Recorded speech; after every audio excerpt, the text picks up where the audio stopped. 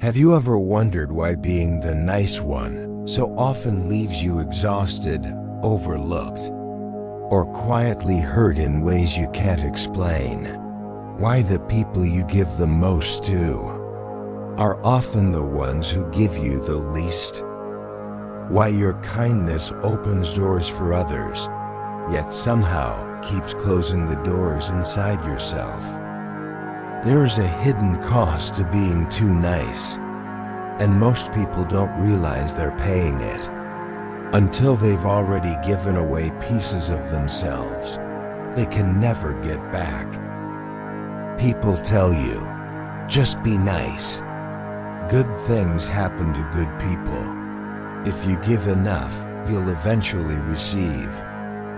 But reality is different, harsher, and far more revealing. Being kind is beautiful, but being too nice costs you parts of your identity. You become too nice the moment you start reshaping yourself to fit the expectations of everyone else. Instead of honoring the truth inside you, you silence your discomfort so others stay comfortable. You soften your tone so no one feels challenged. You say, it's okay, even when your heart tightens at the lie, and slowly your boundaries dissolve. Your voice fades. Your needs disappear beneath the weight of your own politeness. There is a moment, quiet, subtle, almost invisible, when kindness stops being kindness and becomes self-betrayal. Most people never notice that moment because it slips in silently, behind a smile. Every time you apologize for things that weren't your fault, you teach people you are responsible for their comfort. Every time you accept less than you deserve, you teach people that less is enough for you. Every time you say yes while your heart whispers no, you teach people that your boundaries are optional. And eventually, you vanish behind the expectations of others. Your kindness becomes the language others use to excuse their disrespect. And you become the person who always gives and seldom receives.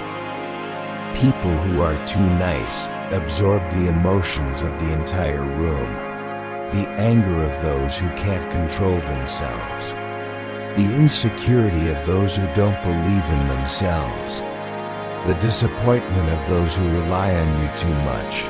You carry emotional weight no one ever asked permission to place on your shoulders. But the worst part is this: your own emotions have nowhere to go. You become a container for everyone else's pain, while quietly drowning in your own. When your identity depends on keeping others comfortable, your inner compass weakens, your desires become vague, your intuition becomes silent, your purpose becomes blurry, and one day, sometimes in the middle of a quiet night, you look at yourself and realize, this isn't who I am, this is who I became, to avoid disappointing others. That realization strikes like cold lightning, yet it is the beginning of awakening. Because the cost of being too nice is not the time you lose, not the energy you spend, not the people who take advantage of you. The true cost is the self you leave behind. Every too nice person eventually reaches a breaking point. It may happen quietly while washing dishes, driving home, or staring at the ceiling at 2 a.m. It happens when your body realizes what your mind refuses to say. I can't live like this anymore. You feel tired in a way sleep cannot fix, lonely in a room full of people, invisible even to those you love. This breaking point is not weakness. It is truth rising after years of being buried. It is your inner compass trying to wake you, shake you, call you back home. There is a silence that follows the moment you break. A silence that feels heavy, unfamiliar, almost frightening. It's the silence where you stop pretending, stop pleasing, stop performing. It's the silence where your soul finally speaks, after being quiet for far too long. And its first message is simple. You matter too. Most people panic when this silence arrives. They rush to fill it with noise, with obligations, with the familiar roles that slowly drain them. But if you stay in this silence just a little longer, you begin to hear the voice beneath the voice, the one that says, there is a life you are meant to live. And this constant pleasing was never part of it. People think the hardest part of change is walking away from others. But the truth is this, the hardest part is walking away from the version of yourself who always said yes. Your voice trembles the first time you say no. Your heart races. The first time you set a boundary, your hands shake. The first time you choose yourself over someone else's comfort. But something else happens too. Your soul exhales. You begin to reclaim the space you once abandoned. You begin to feel the weight on your chest lifting. You begin to recognize the person staring back at you in the mirror. And in that recognition comes a quiet, powerful truth. Kindness is not about giving everything away. It's about giving without losing yourself. When you say no, some people will resist. Some will guilt you. Some will fall away. Let them. A boundary only hurts the person who is benefiting from your lack of one. For years you respected everyone else's time, everyone else's emotions, everyone else's boundaries, except your own. But when you stop betraying yourself for the sake of niceness, you begin to build a different kind of foundation, one made of truth rather than fear. Self-respect is quiet, steady, unshakable. And once it grows, you stop negotiating your worth with people who cannot afford it. Strength does not always roar. Sometimes it whispers, "Not this time. I deserve better. I choose differently now." Strength rises in the moments you refuse to shrink. It rises when you no longer apologize for having needs. It rises when you understand that choosing yourself is not selfish, it is survival. When you stop being too nice, you stop attracting people who only love you for what you give, and start attracting people who love you for who you are. Surface level ties dissolve. One-sided relationships collapse. But what remains is real, mutual, steady connection. And this time, you don't have to earn it by abandoning yourself. In Eastern philosophy, there's a saying, "A tree that grows too soft invites the storm." In Western thought, the Stoics taught, goodness without wisdom becomes a weakness. Different cultures, same warning. When kindness has no boundaries, it becomes a weapon used against you, sometimes by others, but often by yourself. True wisdom is not just knowing how to give. but knowing when giving becomes self-destruction. When you learn this, your kindness becomes cleaner, stronger, more authentic. You give without resentment. You love without conditions. You help without losing pieces of yourself. This is what both East and West call right action. When you stop living as the nice one, you begin hearing something you forgot existed, your inner compass. It has been whispering for years. Here, not here. This person, not this person. This path, not this path. But niceness drowned out the voice. People-pleasing muffled it. Fear silenced it. Now it returns.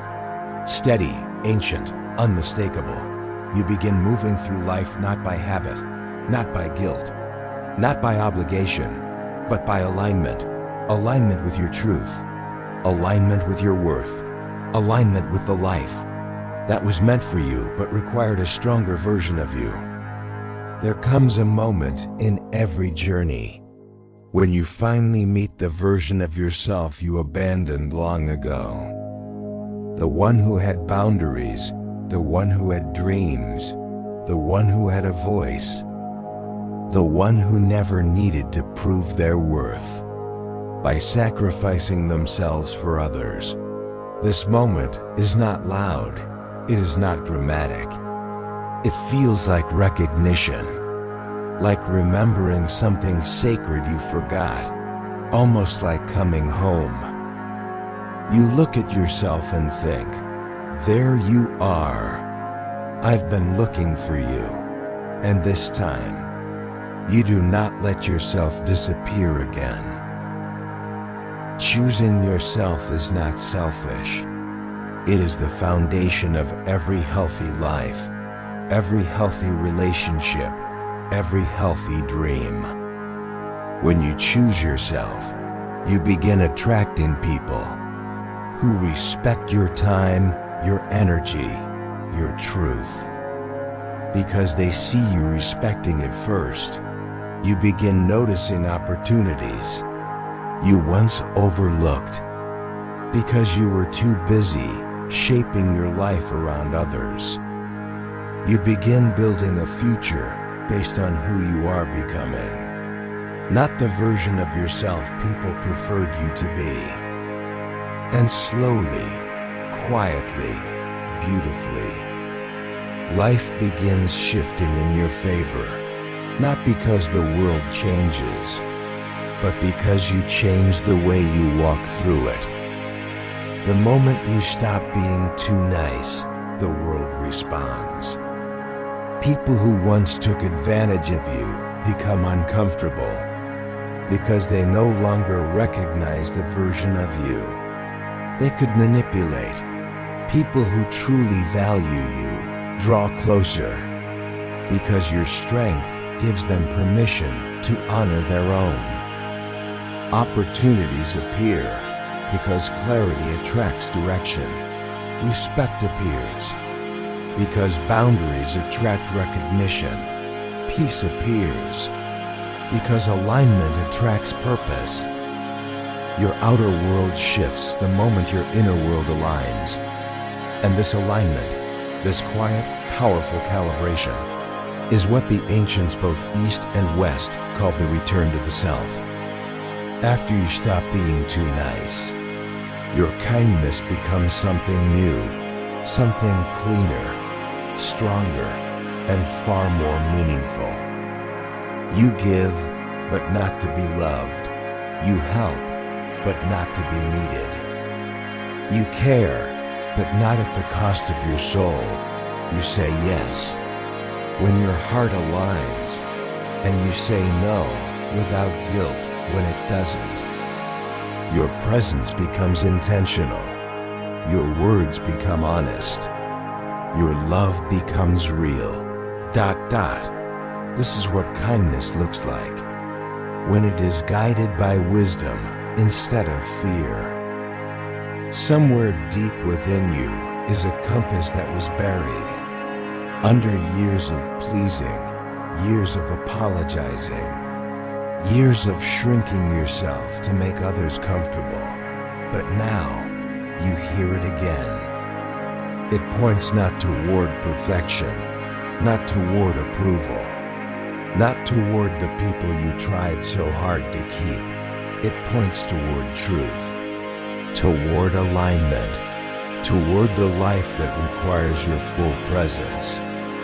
And the compass whispers, do not lose yourself again. So when the world pressures you to be endlessly nice, to bend, to sacrifice, to disappear, remember this. Kindness is beautiful, but kindness without boundaries is self-erasure. Choose yourself, honor your truth, protect your inner world. Follow the compass. It has waited long enough. Thanks for spending your time with me today. If you found value here, a like, a share, or a follow would mean a lot. Thank you.